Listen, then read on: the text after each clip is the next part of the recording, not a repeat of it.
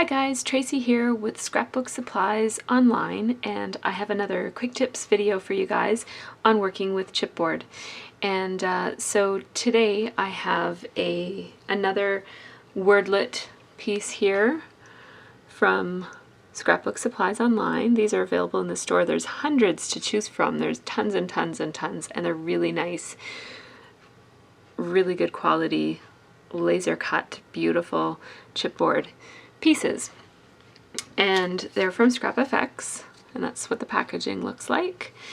And so I always have a dilemma when I get pieces like this, because I think this is so beautiful just as it is in the plain kind of natural chipboard state.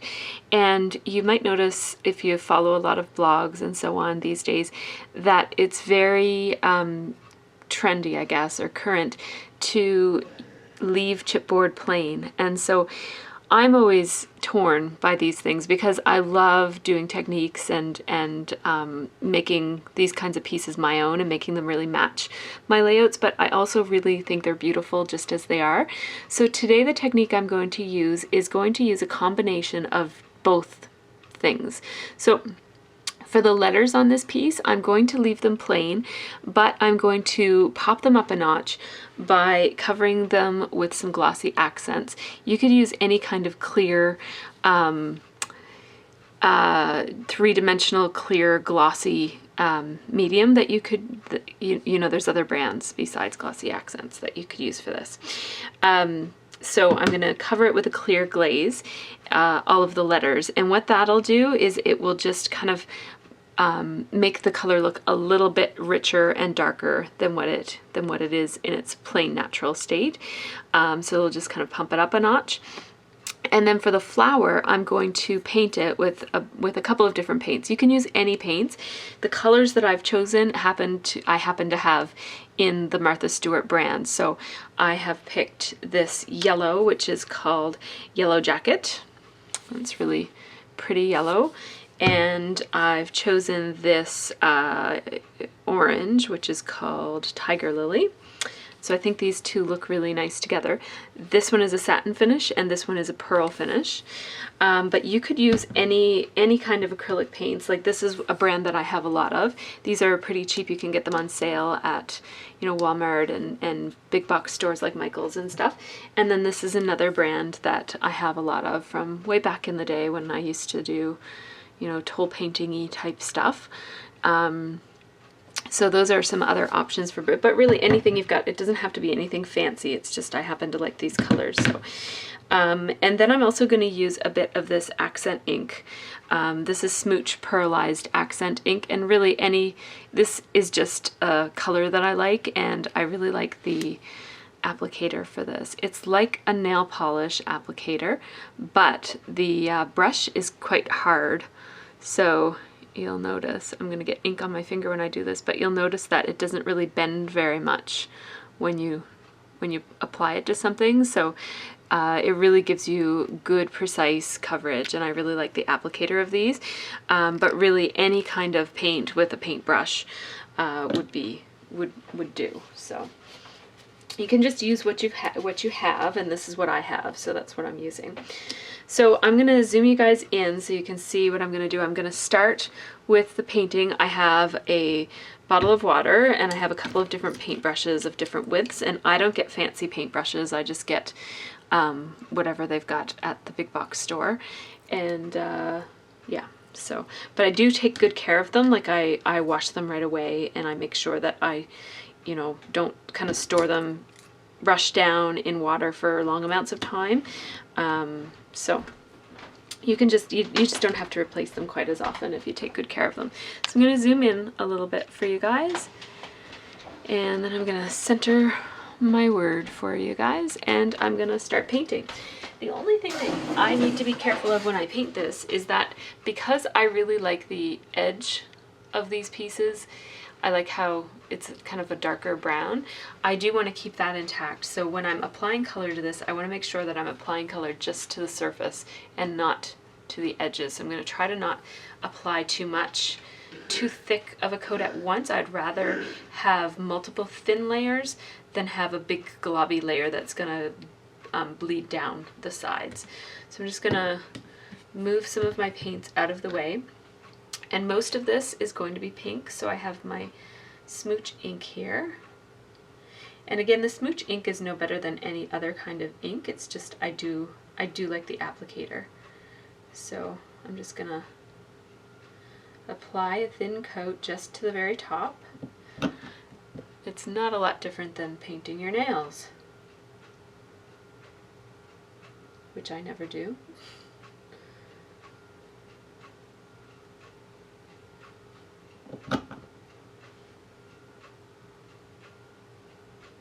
And now as I get to the part where it overlaps with the word, I'm just going to want to make sure that I don't go over onto the letter there.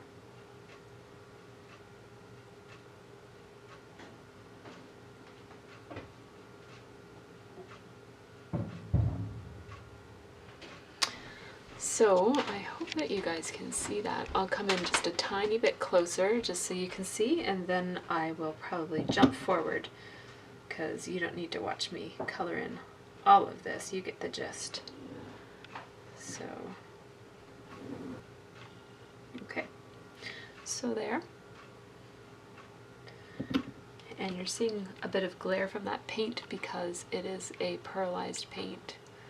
And so that's what it looks like. See, it's not a real even coat at this point. So I'm going to put you guys on pause, or maybe I'll put you on fast forward, and I will apply another coat.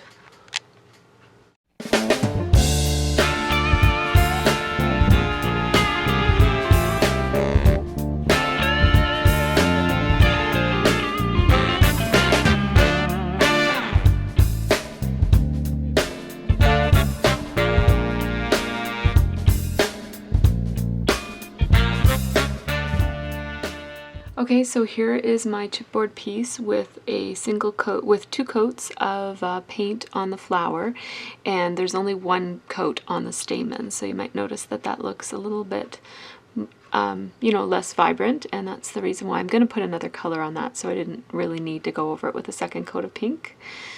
And so that's what it looks like so far. Now I'm going to put another color on, and I just use one of these. It's just like either chocolates or cookies or something came in this, and I just use that for a color palette because I can't always find my other one. Oops, that's probably way more pink than I needed, but that's okay. And I think I'm going to use just a tiny bit of the orange as well, so just splat a little bit of those 2 colors.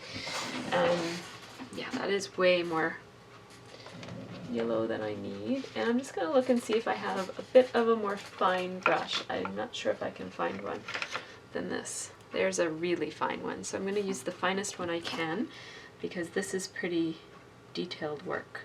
So I'm just getting a bit of paint on my brush. I'll zoom in for you guys.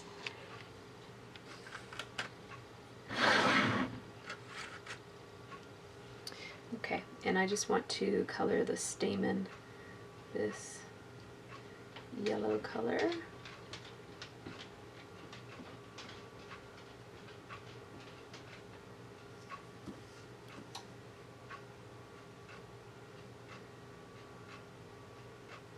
And by turning it, it just helps me to knock it yellow on the other parts.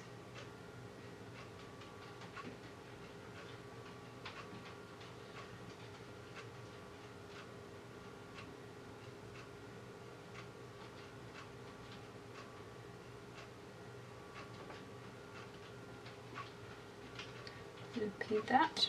There we go.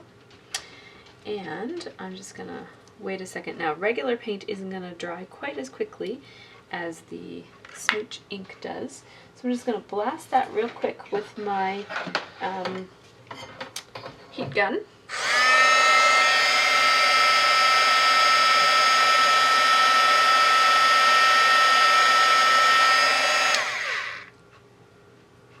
Yep, seems dry now. So I'm just going to put another coat on to make that nice and even. And I'm holding my brush kind of sideways, so I'm almost, oops, I'm holding my brush kind of sideways so that I'm almost patting the paint on. That way I know I'm not getting any on the edges, which I already mentioned. I want to keep those edges as clean as possible.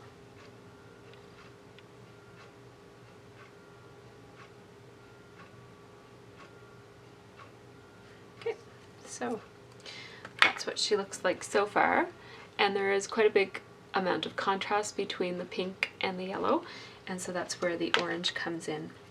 So I'm actually not going to clean my brush because I don't want my brush to be terribly wet, so I'm just kind of getting some of the yellow paint off of it by just moving it around in one of these empty wells, and then I'm going to pick up some orange paint. And this has more of a gloss to it, and it matches the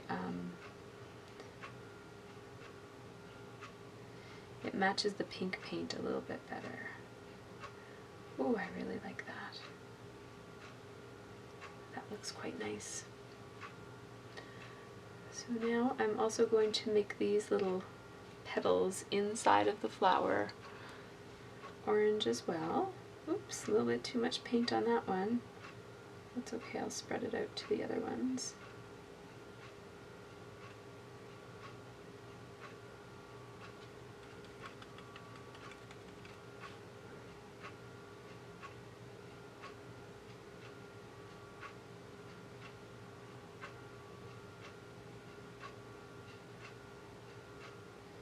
There, so the whole inside part of this flower gets more of an orangey look to it. Okay. So now that yellow is looking a little bit too yellow, a little bit too much of a contrast, so I'm going to take some of the orange off of this brush by dabbing it around like that, but it still has some orange on it, and I'm just going to put a little bit more orange over top of the yellow just to tone it down a little bit. So there, it's a little bit less obvious. So it kind of blends in a little bit more now with the orange on the stem.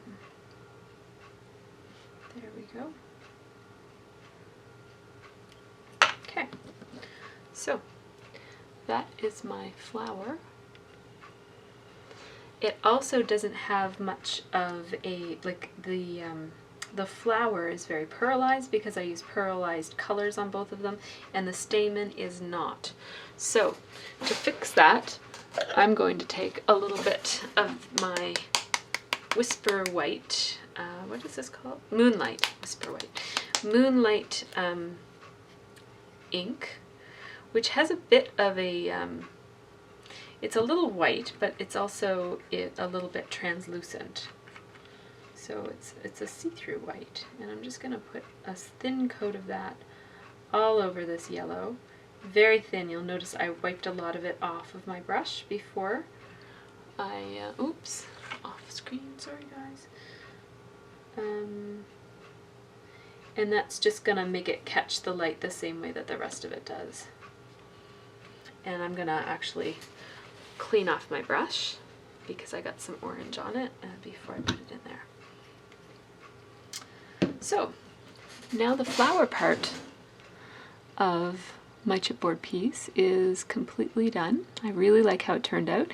And now I'm going to just apply glossy accents to the rest of it. And again, you can use any glaze medium to do this. And you just apply it and spread it around. It's going to have a whitish look when it's wet, but it's going to dry clear. Yeah, it's going to have, not really a whitish, I should say a hazy, cloudy kind of look to it. And when you're applying glossy accents, you just want to not squeeze too much because you don't want too thick of a coating. Certainly don't want it kind of dripping over the edges and that sort of thing. I'm applying a really, really soft pressure to get some glossy accents out, and then what I'm doing is I'm using the nozzle. Sometimes I'm not pressing at all, so for example right now I'm just spreading around glossy accents that's already out, and then when it starts running thin then I'll give it another press. So right here I'm applying more, I'm pressing again, pressing and spreading, and now I'm going to keep on pressing and spreading because this is a pretty big area to fill, but when I go into a smaller area,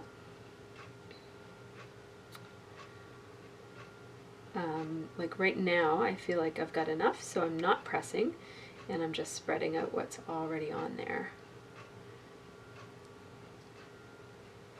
So, and I'm just going to keep on doing that.